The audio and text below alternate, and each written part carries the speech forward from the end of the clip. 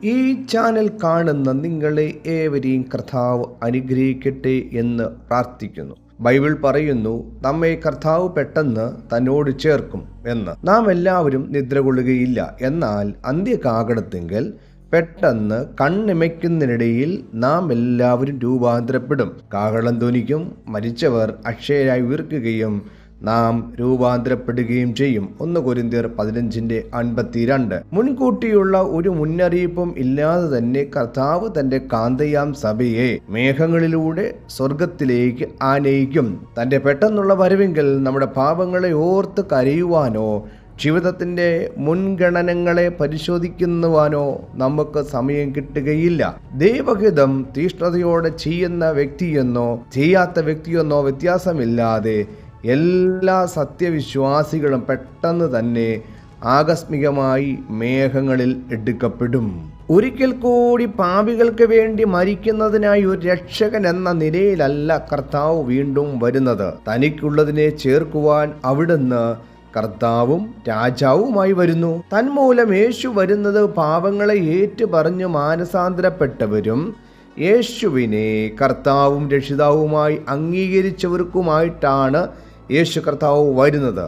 എന്നാൽ അവിശ്വാസികൾ കൈവിടപ്പെട്ടു പോകും. 7 വർഷക്കാലമുള്ള മഹോദ്രവത്തിലൂടെ അവർ കടന്നു പോകുകയും ചെയ്യും. നിങ്ങളുടെ പാവങ്ങളെ മോചിക്കുവാൻ കഴിവുള്ള കർത്താവായ യേശുവിൽ നിങ്ങൾ വിശ്വസിച്ചിട്ടില്ലെങ്കിൽ ഇപ്പോൾ തന്നെ യേശുവിന്റെ നാമത്തെ വിളിച്ചപേക്ഷിക്കണമെന്ന് ഞാൻ താങ്കളെ ഉപദേശിക്കുന്നു. കാരണം നാളെയായാൽ അത് ഏറെ വൈകിപ്പോകുവാൻ സാധ്യതയുണ്ട്. പരിശുദ്ധാത്മാവിനാൽ നടത്തപ്പെടുന്ന സത്യവിശ്വാസികൾക്ക് എല്ലാവർക്കും വേണ്ടി പൗലോസ് എഴുതുന്നത് ഇപ്രകാരമാണ്: പെട്ടെന്ന് കണ്ണിമയ്ക്കുന്നിടയിൽ നാം എല്ലാവരും രൂപാന്തരപ്പെടും. 1 കൊരിന്ത്യർ 15:52. പിന്നെ ജീവനോടെ ശേഷിക്കുന്ന നാം അവരോടൊത്തു ആകാശത്തിൽ കർത്താവിനെ എതിരേൽപ്പാൻ മേഘങ്ങളിൽ എടുക്കപ്പെടും. ഇങ്ങനെ നാം എപ്പോഴും കർത്താവിനോട് കൂടെയിരിക്കും. 1 തെസ്സലോനിക്കർ ലേഖനം 4:17. കർത്താവിന്റെ വരവെങ്കിൽ എടുക്കപ്പെടുന്നവരിൽ ആത്മീയരായ വിശ്വാസികളെന്നോ ജഡികരായ വിശ്വാസികളെന്നോ വേർതിരിവ് കാണുന്നില്ല. പൗലോസ് വിശ്വാസികൾക്ക് എഴുതുന്നത് ജീവനോടെ ശേഷിക്കുന്ന നാം എല്ലാവരും എന്നാണ്. യേശുവിന്റെ രക്തത്താൽ മറയ്ക്കപ്പെട്ട എല്ലാ വിശ്വാസികളും ഉൽപ്രാവണത്തിൽ ഉയർക്കും. എന്നിരുന്നാലും കർത്താവിൻ്റെ വരവെങ്കിൽ നാം ജഡീകരായ ജീവിതം നയിക്കുന്നവരാണെങ്കിൽ പെട്ടെന്ന് തൻ്റെ ഉയരത്തിലെ പ്രത്യക്ഷതയിൽ തന്നെ മുഖാമുഖം കാണുന്നത് തികച്ചും ലജ്ജാകരമായിരിക്കും. അതിനാൽ അത്രേ കർത്താവ് ഏത് നിമിഷമാണ് വരുതെന്നറിയാൽ നാം കർത്താവിൽ വസിച്ചു വിശുദ്ധ ജീവിതം നയിക്കുന്നവരാകണമെന്ന് പ്രബോധിപ്പിക്കുന്നത്. ഇനിയും കുഞ്ഞുങ്ങളെ, അവൻ പ്രത്യക്ഷനാകുമ്പോൾ നാം അവൻ്റെ സന്നിധിയിൽ ലജ്ജിച്ചു പോകാതെ അവൻ്റെ പ്രത്യക്ഷതയിൽ നമുക്ക് ധൈര്യമുണ്ടാകേണ്ടതിന് അവനിൽ വസിപ്പിൻ. 1 യോഹന്നാൻ 2:28. എല്ലാ വിശ്വാസികൾക്കും ഉള്ളതാണ് ഉൽപ്രാവണമെന്ന് ബൈബിൾ നമ്മളെ പഠിപ്പിക്കുന്നു. ബൈബിൾ ഒരിക്കലും ഒരു ഭാഗിക ഉൽപ്രാവണമല്ല പഠിപ്പിക്കുന്നത്.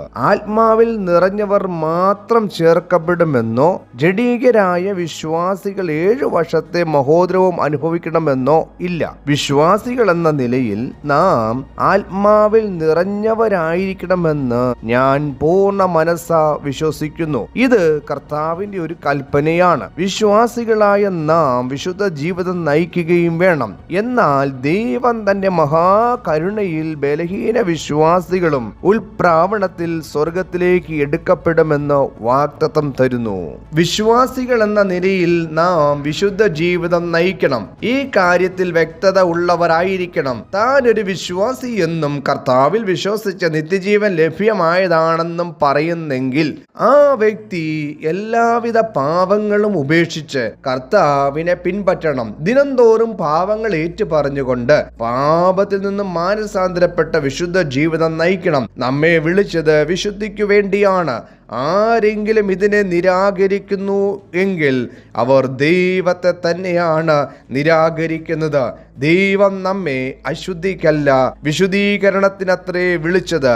ആകയാൽ തുച്ഛീകരിക്കുന്നവൻ മനുഷ്യനെ അല്ല, തന്റെ പരിശുദ്ധാത്മാവിനെ നിങ്ങൾക്ക് തരുന്ന ദൈവത്തെ തന്നെ തുച്ഛീകരിക്കുന്നു. 1 തെസ്സലോനിക്കർ 4 അധ്യായം 7-8 വാക്യങ്ങൾ.